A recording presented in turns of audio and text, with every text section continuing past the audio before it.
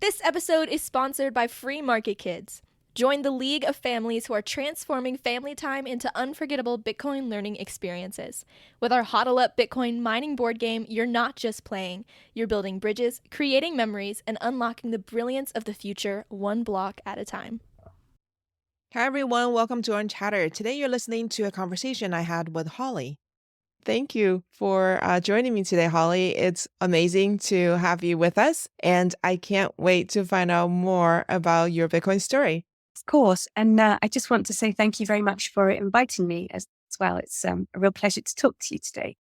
I feel honored to be able to share my story with you and your listeners. It's so necessary what you're doing. I think I love the philosophy behind it. Let's start with your background. Can you tell people a little bit about yourself? Yeah, sure. Of course. My name is Holly. I'm originally English, obviously. I live now in Portugal, in the south of Portugal. And I'm the mother to two beautiful daughters. Both of them, well, for sure, my older one, a keen Bitcoiner herself. My younger one, we get there. We have quite some Bitcoin conversations.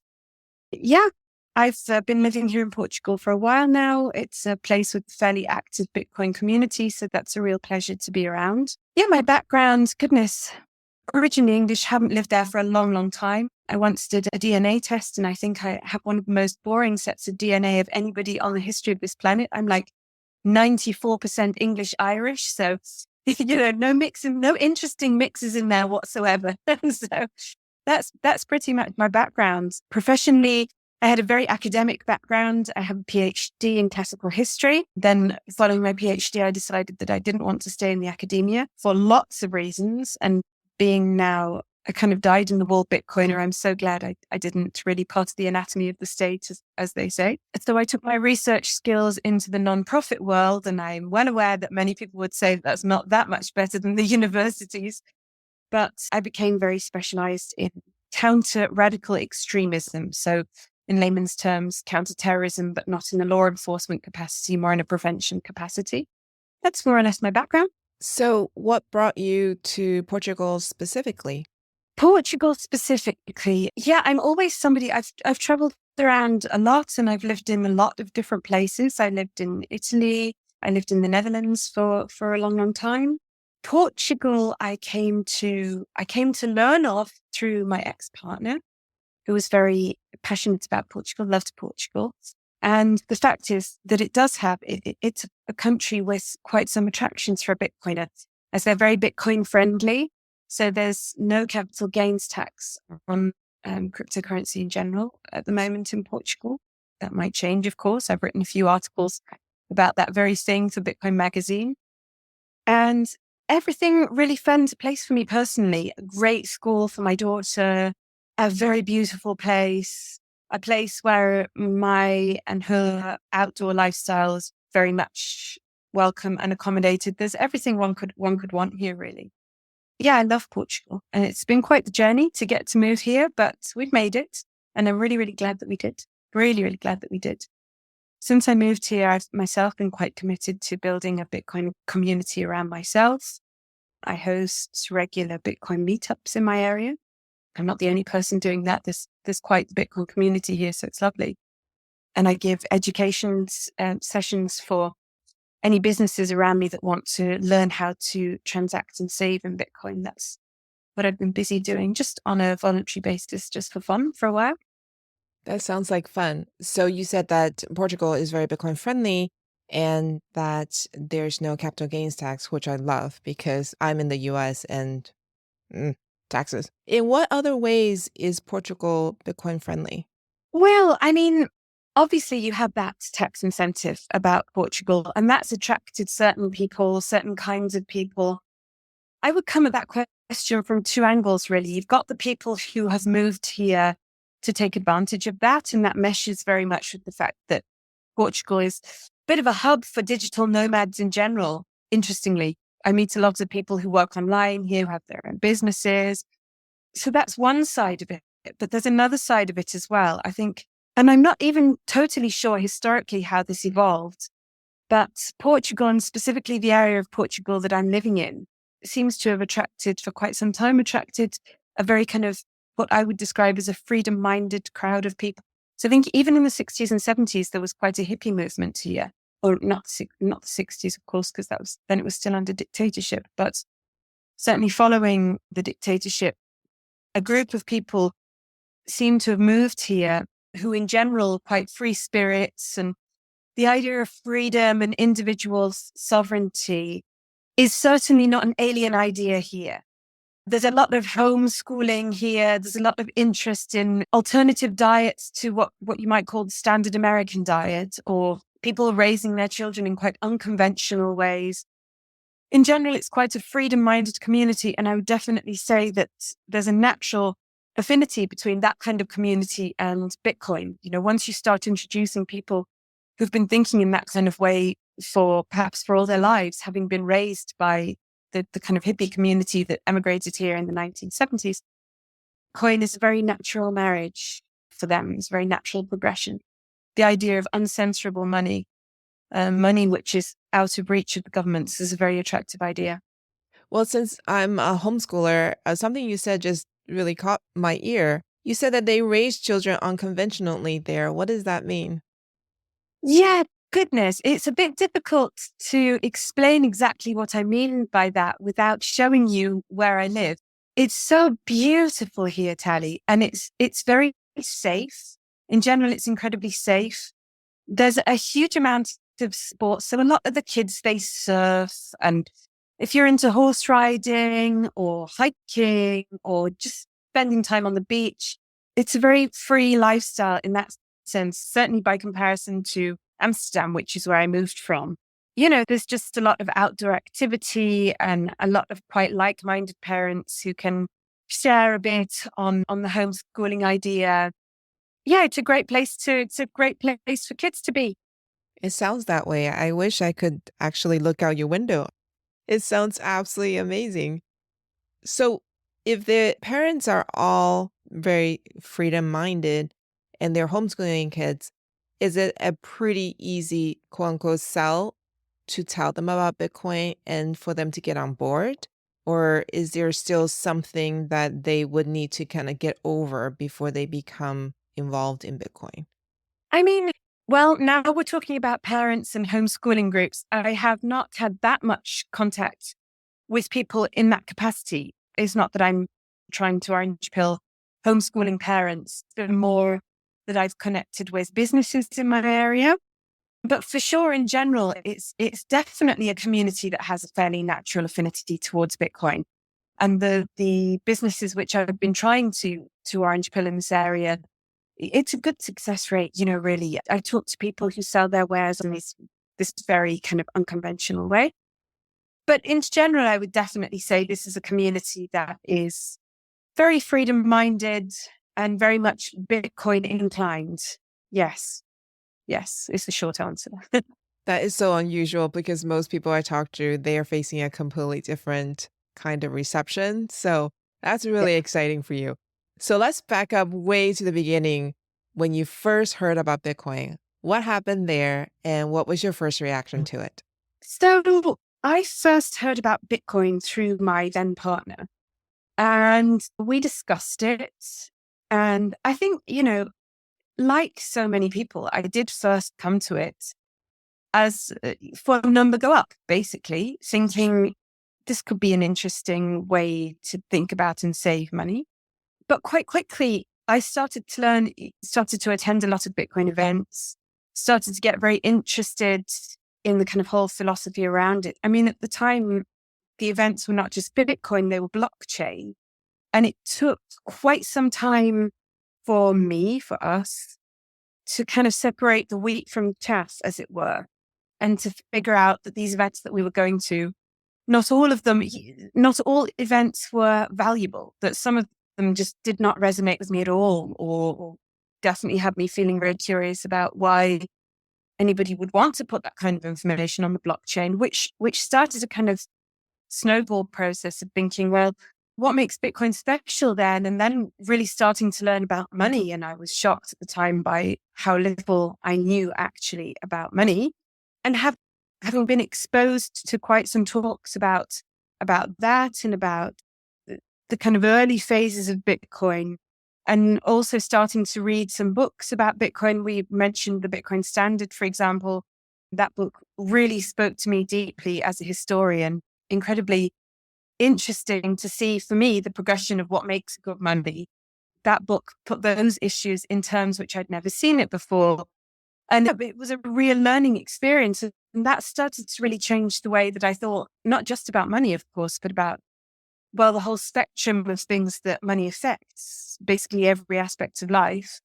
Yeah, I think that was the progress of it. And I started, just going further and further down the rabbit hole, and also learning much more about diet, for example, the way we interact with one another, the effect that fiat money has had on our society and on relations between genders, on our view of the future, which I do feel as a parent is especially relevant.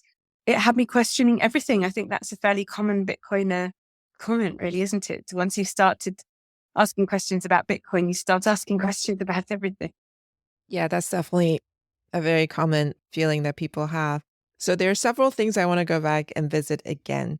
You mentioned diet several times. So how has that changed you? And you had also mentioned that the people in Portugal eat differently. So can you comment on both of them yourself and then also just Portugal in general? For sure. I mean, I was vegetarian for a long, long time, most of my life, actually, until I got pregnant. And during both of my pregnancies, I really craved meat. And it was a real moral conundrum for me because I didn't want to eat meat. I really love animals. And I remember going to see my midwife and saying, look, I'm really craving meat. And her saying to me, if that's what you're really craving, you should definitely eat it because the baby needs it.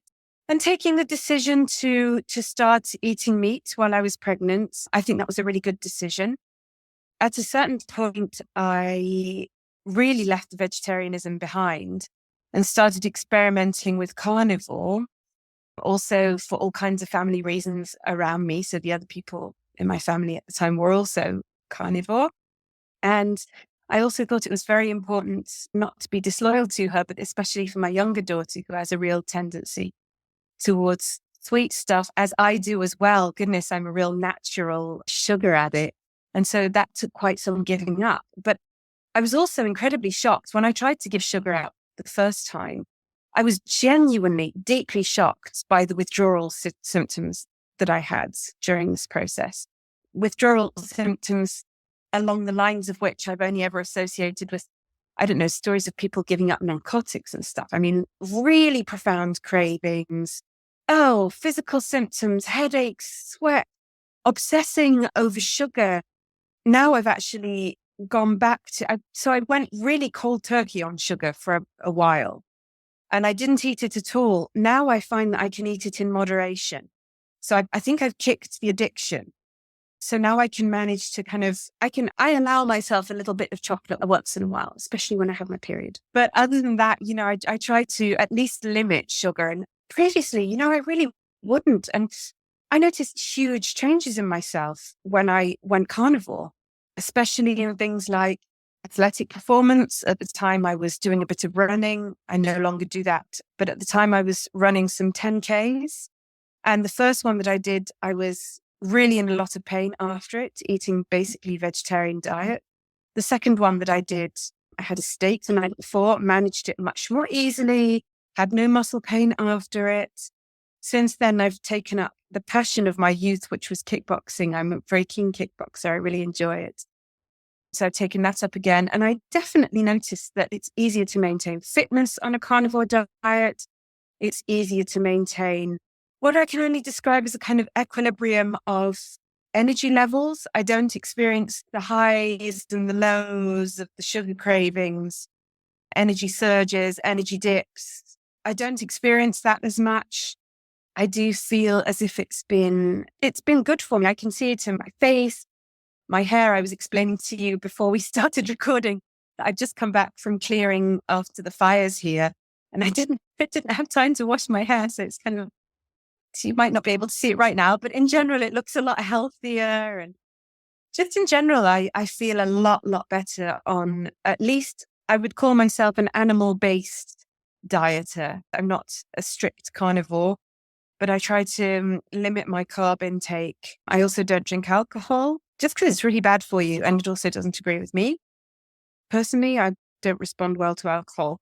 I get drunk very easily and hung over very easily. So after one glass of wine, I'm already a bit tipsy and I usually feel quite nauseous after it. Just in general, thinking more about what we've been told about diet and what we've learned, the way we've been raised in dieting terms, and the way I want to invest in my future and my health. I find that very important. I would say that in general, in the area of Portugal that I live in, diet it's really interesting for me how present it is. Maybe it sounds like a stupid thing to say, but how present it is in daily life. People don't tend to take diet for granted. In general, it's a place where the diet is very, very healthy, I think. I mean, I live right by the sea, so there's a huge amount of fresh fish. There are wonderful farmers markets. So just the fresh produce in general is very, very good. I know some local beef producers now, so I can get locally raised beef. I mean, the other side to that is that in the area that I live in, there is also a big vegan community. I don't wish or feel qualified to tell anybody how they should be eating or raising their children. It's definitely not a choice that I would make or a choice that I see as healthy. I'm also not interested in anybody trying to evangelize me into that way of life because they feel that it's morally better. That's something that I don't enjoy or respond particularly well to.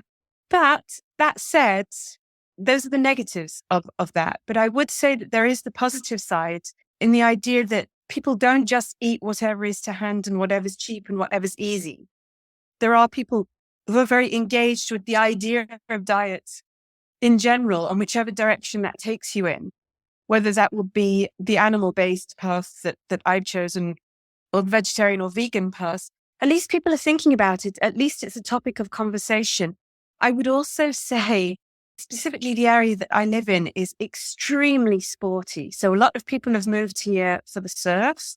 If they're not surfers, goodness, everybody is into kickboxing or hiking or whatever the outdoor activity is that you want to do here. And it's, how can I put this delicately? Obesity is almost non-existent here. So if you walk around my village, there might be a few elderly people who are overweight. But when I go back to England now, I'm really shocked at the pandemic of obesity, which seems to be swamping my hometown of Manchester. And I'm sure it's not much better in other places. It's incredible. And I know it's not particularly politically correct to say, but it's something that saddens me deeply. Yeah, I can definitely relate to that. In the US, obviously, we have a lot of problems with that. And being a homeschooling mom, running all over the place, it's so difficult to eat healthy. I struggled so much. I used to go as far as cooking something in the clay pot in the morning before I send the kids off. And I will wrap it with 3 thick towels to keep the heat in because I found that was the best way to do it. And homeschool kids, everywhere they go, it's always the 4 of them together. So I only have to pack 1, right? So I would pack a family size clay pot with hot stew or meat or something like that instead of making sandwiches because I was trying to veer away from bread and deli and prepared food, no crackers, that kind of stuff. I wanted it to be fresh. And my kids would say they would be so embarrassed when it was lunchtime and all these other kids are taking out like packaged crackers and Oreo cookies and things like that. And they open up their lunch bag and the lid comes off and the steam comes up and the aroma wafts through the whole room and everybody's turning their head. And they're like, it's so embarrassing. Everybody's looking at us because our food is smelling up the whole place. But I try. What's embarrassing about that? Like what's embarrassing about having a mum who's prepared them a beautiful home cooked meal? That's lovely. But it is, right? It's so difficult. It takes so much planning. It's so much easier to go to a grocery store, get crackers and cheese, plastic wrapped things. It's like 99 cents for one. A lot of kids had that. And then they had sweet stuff, packaged candies. And so my kids would swap their fresh food for these candies and sweet things because mom wouldn't give them any, you know? And since entering the Bitcoin space and really re-looking at how meat is sourced, especially in the grocery stores. I think that was the biggest wake-up call for me because now I try not to buy meat from grocery stores if I can help Right. it. I get it from the farmers directly. And that's just not something that I would have questioned before. Are you aware of the beef initiative in Texas, Clem? You're nodding away vigorously there. Yeah, that's nice to see. Yeah, it would be wonderful to have that kind of thing in Europe as well. And there are some guys up north who are busy, up the north of Portugal, that is, who are busy trying to kind of, I'm not going to say replicate that system because obviously the beef initiative is based in Texas and there just is no comparison between Portugal and Texas. It's a radically different country, very different cows, different crops, different landscape, even a different postal system. So it's not easy to try to get that kind of initiative going here. But they're doing a great job of raising awareness of the importance of knowing where your meat comes from. And it's funny, in the next village up from me, whenever I drive there, that's where I was clearing after the fires today. And whenever I drive there, there are these beautiful herds of cattle on either side of the road. And well, my mouth is just watering basically. I think I was thinking, where can I buy this meat? So now I'm starting to put feelers out in the local community. But even in Portugal, the slaughter system is really regulated. And, I mean, to some extent, probably rightly so. I mean, obviously it's a sensitive topic, but it seems that it is possible to contact local farmers, get together with a bunch of friends, basically ask them for the slaughter of one cow and divide that up between a group of interested parties. So I'm definitely looking into that possibility for later in the year. That'd be nice. Yeah, for sure. I was trying to do the calculation too. So right now we still have two kids staying with us. Two of them just left for college. And so I was calculating, I'm like, what if I bought a whole cow? It just means that I need to have two freezers and then I will just be set for the whole year. And then I don't have to Right, go look for it somewhere. right, And you get all the right. different parts of the cow. You get the tendons. You're looking at me crazy. Like, you don't eat the No, tendons? no. You got to eat the tendons. Yeah, Hmm. yeah. No, I completely agree with you. I'm just a little tiny bit intimidated by the cooking prospect of getting like, oh, you know, there are some parts of the cow that I feel extremely confident cooking, like steak and ribs but the other kind of the part of the cow that here in Europe, at least, we don't commonly get from the butcher or the supermarket. I'm not sure I would know how to cook a cow's, I don't know, brain. I don't know how to cook a cow's brain either. Actually, my mom would know how to cook the various organs because there's like the cooking time is very, very different. But tendons I can Yeah. cook because you just throw it in with your roast beef and it just Mm, roasts down and then it just becomes this gooey mess. And it's the gelatin that you want anyway. right. Yeah. Yeah. Fantastic stuff. I'm a big fan of bone broth as well. I love here in Portugal, I'm always quite happy that you can buy parts of the chicken that you definitely can't in Northern Europe. So I have a packet in the fridge. I've got one now, actually, which it's chicken thighs and breasts and everything and wings, but it's also the feet and, some of the organs. And I love that this makes this kind of thick. If I cook that low and slow, that will make me this gorgeous kind of gelatinous mess, you might say. If I put it in the fridge, it looks like jelly, you can wibble it like this. But I can feel how good that is for me. I love it.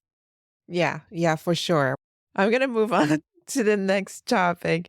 You mentioned that the fiat system affects the entire society, but also in the genders differently. So can you expand a little bit more about that?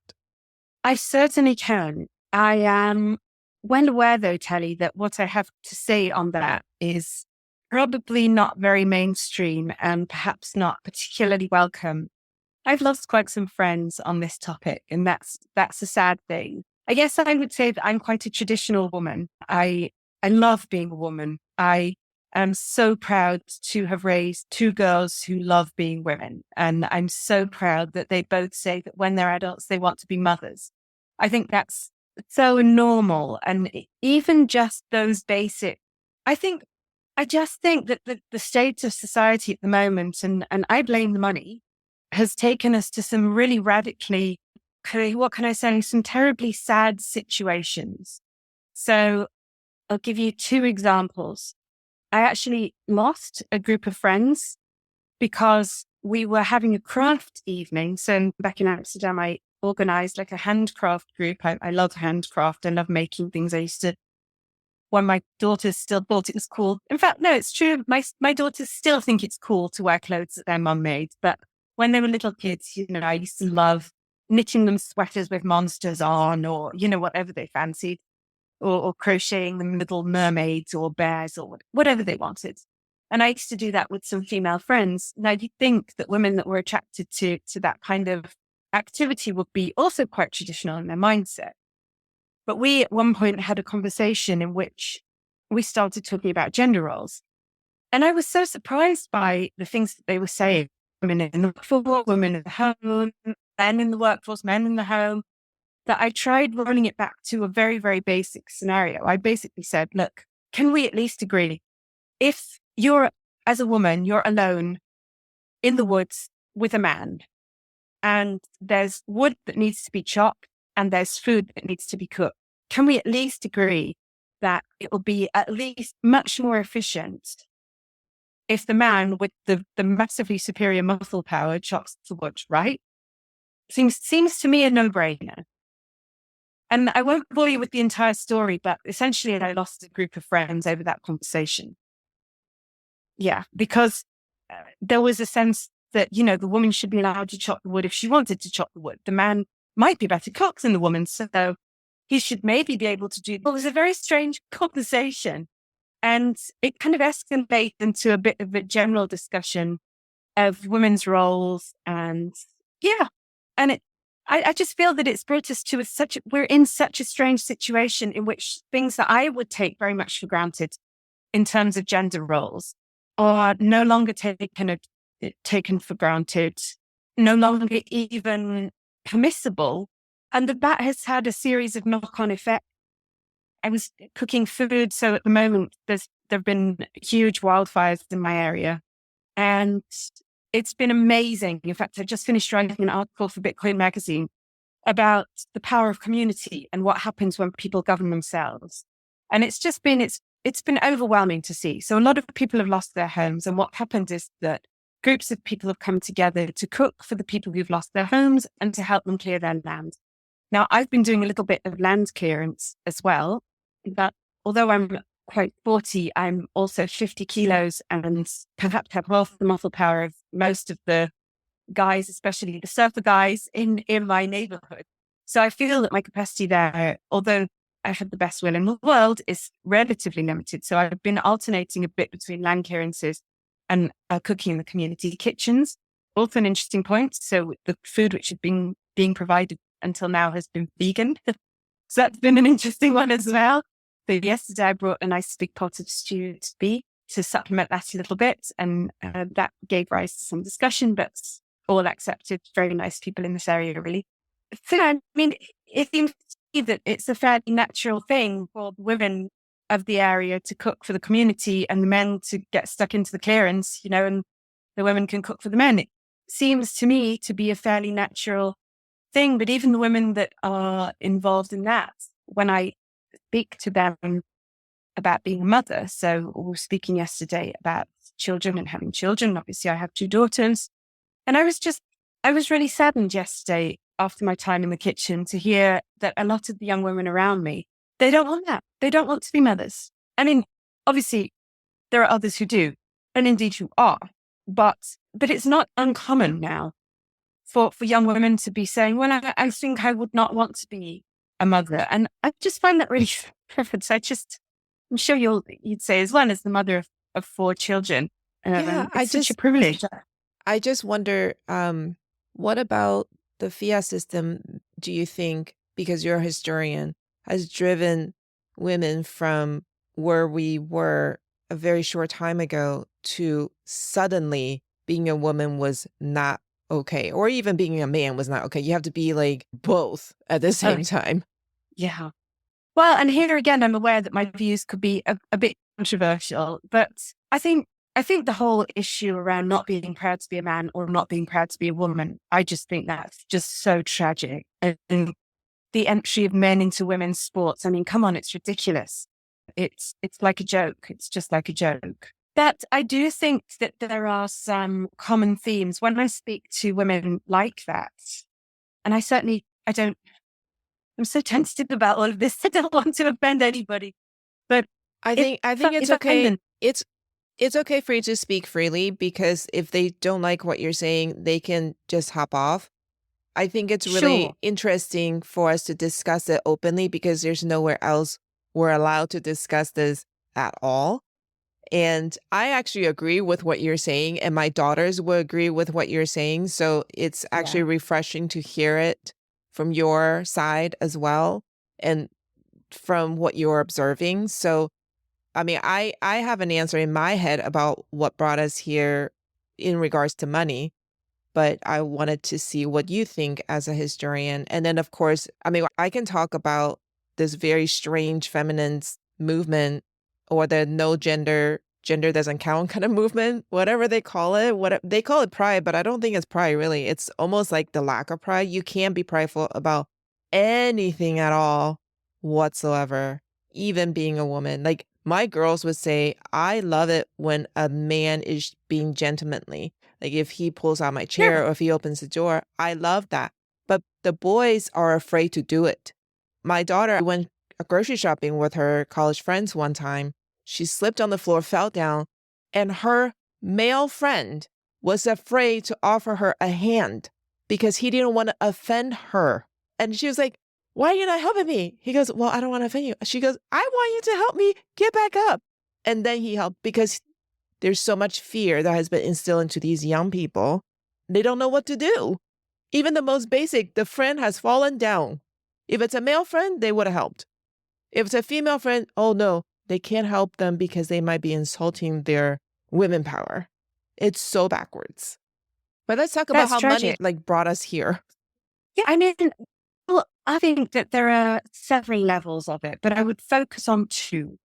I do think that the fiat system on a more superficial level, I definitely think that, well, is it even feminism? I mean, true feminism wanted fairness, right? And nobody's going to argue with fairness, but fairness does not equal equality. That's not what fairness means in my head. And I think that's the dreadful mistake that was made in the 70s and 80s. It doesn't necessarily mean that women should be doing the same work as the men. I think that that's the mistake. The idea became very, very prominent that women should be doing the same work as men. I think we went badly wrong. And I mean, I definitely remember as a little girl in the 80s, I remember the magazine covers, the models on magazine covers. And they'd have the big hair, they'd have the big 80s hair, and they'd have these big shoulder pads, and they'd be wearing these kind of power suits. And it was very strange. I mean, the message that I as a little girl was given really was that you've got to want it all. You've got to be able to do it all. You've got to be the same as the man in the workplace. And you've got to be a mother and a wife, and you've got to look 10 years younger than you are, and this, and this, and this, and this. And I just think that's an incredibly confused message to give to little girls, and not a very positive one either. I think that fiat has had a huge impact on that. I mean, that's the money system in general, the hamster wheel. The older I get, the more I think that perhaps getting women into the workplace is simply a tax scam. So the government could tax the other 50% of the population as well. I don't think there's a coincidence there. I really don't. I think it's had a very corrosive effect on families. I think it's had a very damaging effect on women. I do think that fiat goes very deep philosophically as well. The high time preference, the lack of ability to commit from both genders, I think is very much connected to high time preference and fiat. So just to go back to the women that I was talking about who don't want to become mothers, what they have, it seems to me, just from an external point of view, the common theme that they have throughout their stories is that they have not been able to rely on men. there is absolutely no man in their life who has been capable of and willing to play a traditional male role. And the traditional male role is to protect and provide. Most men, it seems to me, have been to think that it's okay not to protect and not to provide. And I think that that's been incredibly damaging. They think there seems to be some kind of expectation now that everybody flits from one relationship to another. They have not had men in their lives on whom they can build a solid foundation. And that's crucial. And they've been let down so often that what they've, from the female point of view, and look, I'm well aware that this is strange and controversial to say, but it seems to me that what these women have almost taken the decision to do is to see their relationships with men as only having a sexual aspect, basically because the men have not lived up to anything else. So what these women have decided to do is eliminate the importance of a male figure through their lives, and they start flitting from man to man as well, which I think becomes such a vicious cycle. The women see men as unable to provide a genuine male role in their lives or fulfill a genuine male role in their lives. And men start to see women as a fairly temporary investment because of this or because of that, because the women themselves have become unwilling to commit. And it's just a horrible cycle. Nobody benefits, I think that there's such a fine line to balance being protected and being dominated, the two concepts. I think that a lot of women are fighting against the dominance part, but in so doing, they lost the protection part because that's such a fine balance that needs to be achieved. And I can see it myself. So, let me see if I can give you an example. My husband, he's ex-army, and he had female classmates. He said when he first went into the service and they were going to a bar together, he walked ahead of them and opened the door for them. And his female classmates were like, "What are you doing?" He says, "Well, I'm being a gentleman. I'm opening the door." And they say, "You don't think I can open my own door?" It's like he was trying to show that he cared, and they took it as it was a dominance thing. Like it was assuming that they were weak kind of thing. So then after that, he was afraid to open doors for anybody. So that's, it started even back then. That was in the very early 1990s. And I was talking to my son, who is now 20, and his friend. And both of them were trained up by an ex-Marine in a junior ROTC program. And when they went out, there were 2 girls, 2 boys. They were walking on the street downtown. The boys kept the girls on the inside of the sidewalk. And it was an intentional, we are protecting you. We're downtown. We're in an unknown neighborhood. And we will be your guard kind of thing, right? And the 2 girls, it was my son's girlfriend and my daughter. They both noticed and they really appreciated being protected. But Cool. But these 2 were specifically trained up by the program to take on the protector role. But if the 2 girls had been walking with the average boy, 20, 21-year-old, I doubt that they have been taught that. And so they don't do that because they are afraid of offending anyone. Well, it probably wouldn't even occur to them because being a protector is no longer a thing for boys when they're growing up, unless you're specifically taught that, which is very uncommon. My girls, they complain about it a little bit because most of their guy friends are not gentlemanly. And No. they don't take on the protector role and they want to be protected, but not dominated. That's a fine line to walk. Of course. Very, very interesting topic of conversation. I would say, again, I'd say that I'm quite a traditional person, a woman in general. I do think that of course women want to be protected. It's biological. It's not negotiable. It's not something that we should be or could be trained out of. Of course women are going to prefer men who are protective of us. And, the providing role, I think, is very, very interesting. When I talk about providing, people associate that very much with a financial provision. But actually, I think that one of the most important aspects of providing is the provision of security, safety, good experiences, a sense of security and emotional and physical. Of course, women are going to want that. It's not rocket science. We are biologically programmed to want that.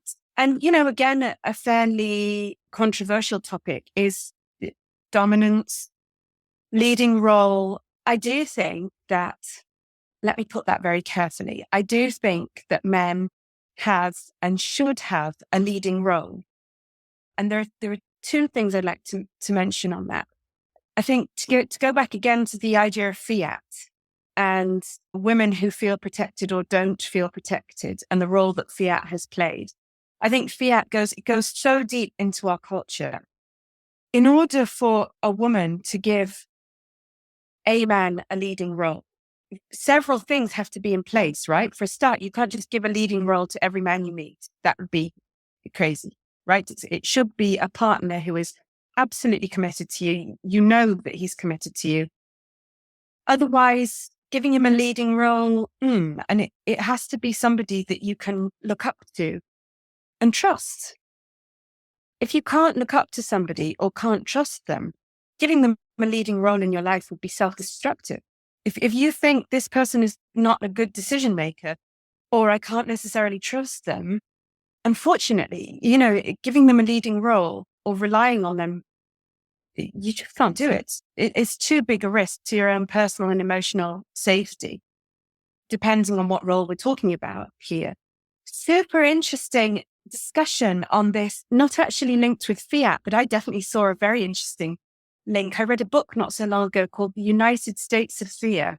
You'll have to forgive me because I can't remember the author's name, but it was excellent. It was written by a psychologist, and it was essentially about the rise of Karen behavior. You know what a Karen is? Right. So you're nodding away vigorously there. So he, from a psychological perspective, was saying that Karen behavior, which is put it in kind of simple terms for myself as well, it's the kind of behavior in which anxiety spills over into aggression, almost massive dominance.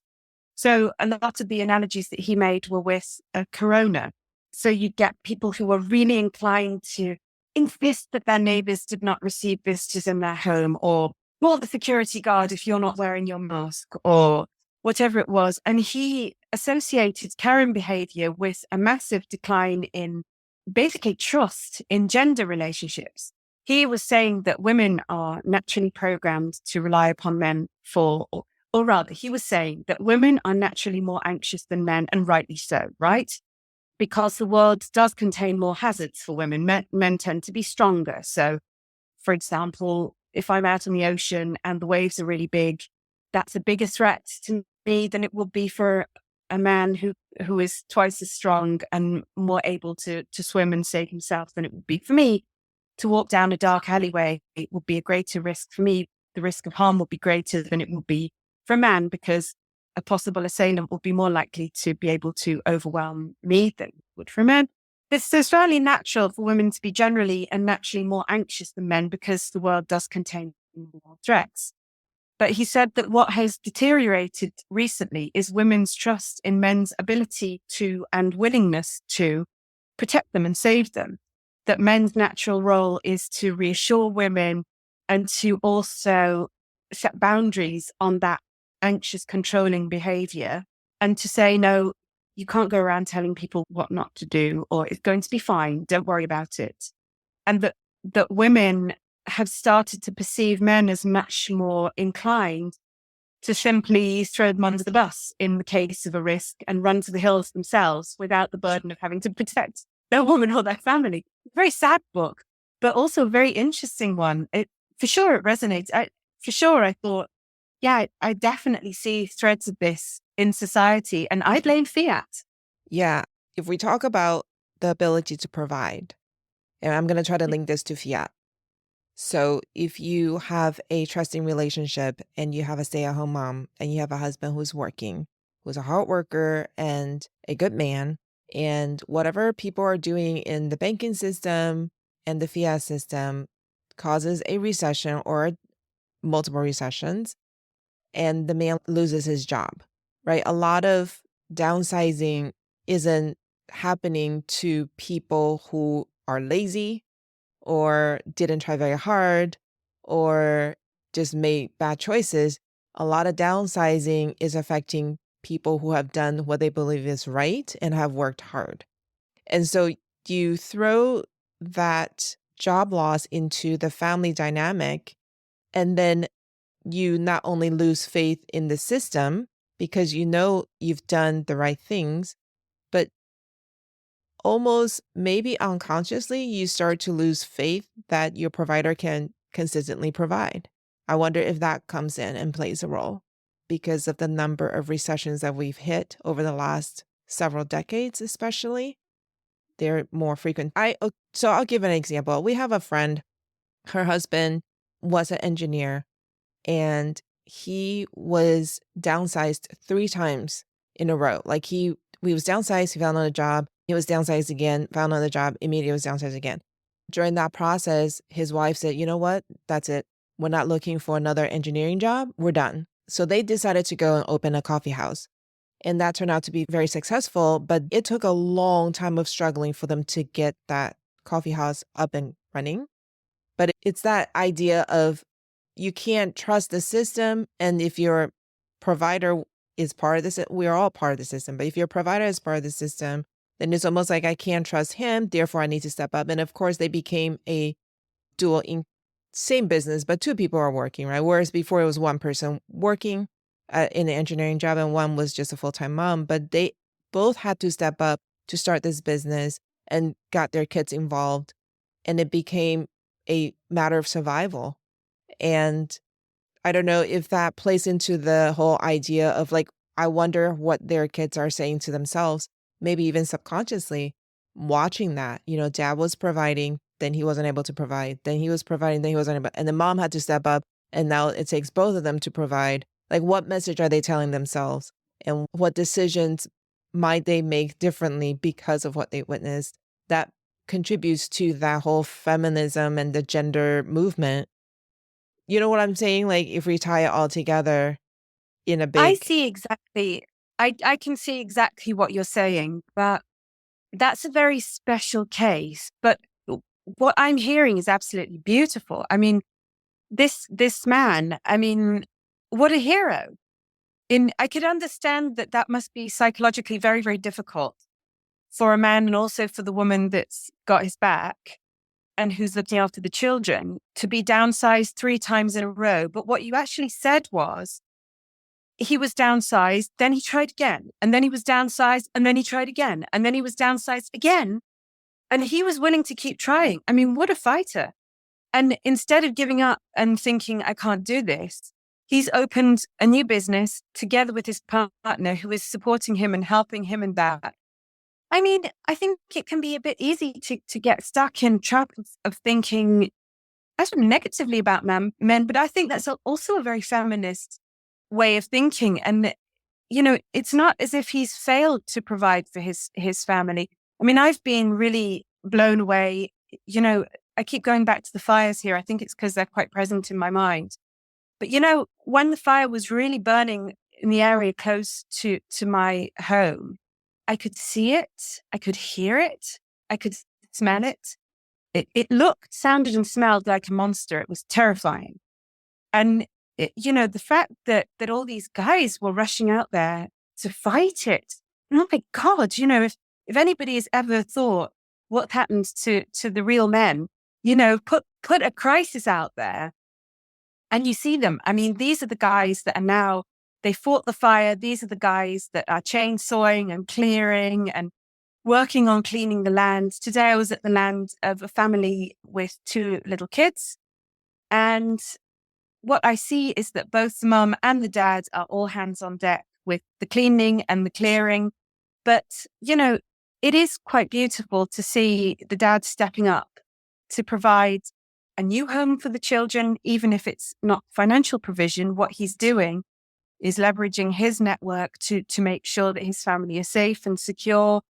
I just think it goes very deep and is very biological. I do definitely see the fiat attack on that and the way that men can be undermined. But actually, I think that recession is just one form of crisis. And just like in the wildfires, then you do see this instinct to protect and provide coming out actually quite clearly, A long time ago, I came across this book called Raising Boys, and it talked about how boys were not allowed to be boys anymore from the time they're very little.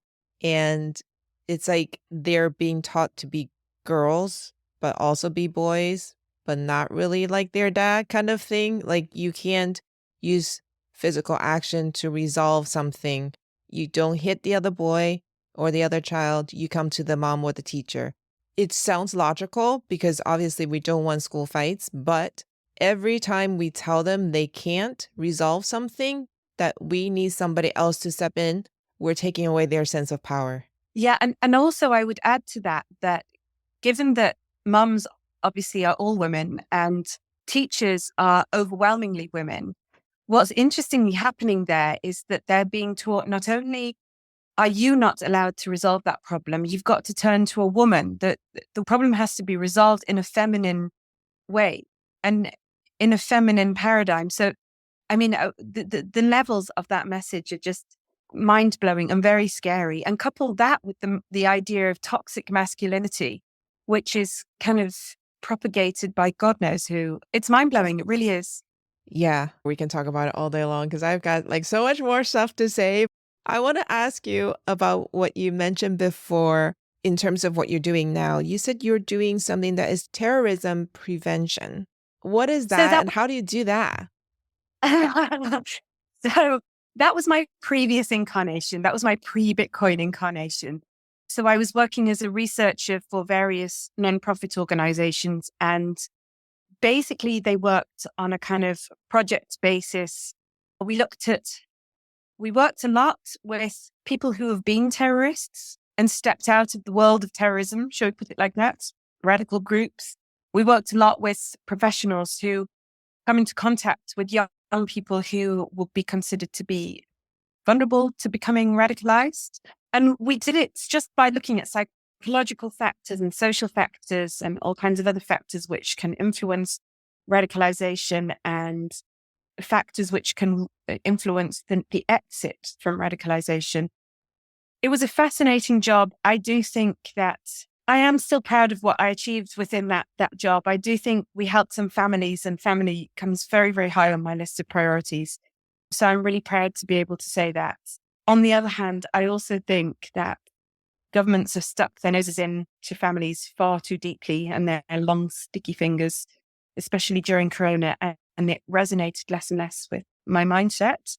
So now at the moment, I'm working on a really exciting new initiative, which I don't want to say too much about, but I'm really genuinely very excited about it. Can't wait to get it off the ground. So in Portugal, I've been just kind of doing my own little thing, pottering around, trying to educate people a bit about Bitcoin and how to transact and save in Bitcoin, giving information sessions here and there. This has had a lovely snowball effect. So I've become known as a person who knows a little bit about Bitcoin. I would never call myself an expert. I never have called myself an expert on anything, and I don't think I ever will, but somebody who has enough information to be able to help people get some first steps. So that's had the lovely effect of having people start to contact me to ask if they have questions. And so some of my kickboxing buddies, for example, have invited me for a Bitcoin chat, and we've discussed what money is and why our current system is messed up. I nearly swore on your podcast. I'm not going to. What we can do about it, how we can opt out. We've been talking a lot about circular economies. So one of the things I feel really passionate about doing is orange pilling the merchants in my neighborhood with whom I transact a lot. So for example, my daughter's surf teacher, I can now pay for her surf lessons in Bitcoin. I can pay to have my hair cut in Bitcoin. I can pay my dentist. Not that I orange pilled him. He was already well orange pilled before I met him. But my beef producer, the lady who makes the lovely face creams that I use, et cetera, et cetera, et cetera. Those are the people that I feel very passionate about orange pilling and starting a circular economy with. And also starting a community with, amongst whom issues like gender issues and what fiat does to community and what fiat does to women and what fiat does to our social interactions, these things can be discussed. So I've been feeling very passionate about setting that up. But I've also been feeling a bit limited in my efforts there. I'm only one person. And I think I'm looking at a way to scale up and to export the whole blueprint, as it were, to communities where that could be of immense value. And so I'm now working with a former colleague of mine, actually, from the terrorism prevention world, who's now also discovered Bitcoin and fallen absolutely down the rabbit hole. So I'm getting excited texts at like 3:00 in the morning saying, hey, do you know what the banking system has done to us? And so on and so forth. So it's very exciting to work with somebody else who's quite passionate about it all and who has an amazing network in the human rights field. So definitely looking into a very exciting new initiative there. That sounds really awesome. Okay, so last question. What would you say to women who are sitting on the fence about Bitcoin? Get off the fence. I would say that women have a bit of a tendency to think that finances are a man's world. I think that that's a shame, a missed opportunity, in spite of the fact that communications around Bitcoin can be a little bit masculine in their form. We were talking about exactly that before you started recording, and I love this initiative. Don't be intimidated by it. It's so important. It's so important. It's going to have an impact on you and your family and your future. I would say, start learning, get involved whichever way you can. And don't make the mistake of thinking, this is a man's world and I'm going to leave it up to my man. Because we all need this. We all need to know about this. It's really important. It's really important. All right. Thank you so much, Holly. It was wonderful to chat with you. And my best wishes to that new initiative that you are rolling out. And I can't wait to hear about it. Thank you again for joining us today. Thank you so much for the invitation. It's been a real pleasure to talk with you. I've really enjoyed it. And yeah, I'd love to come back and tell you more about it when we're up and running. This episode is sponsored by Free Market Kids.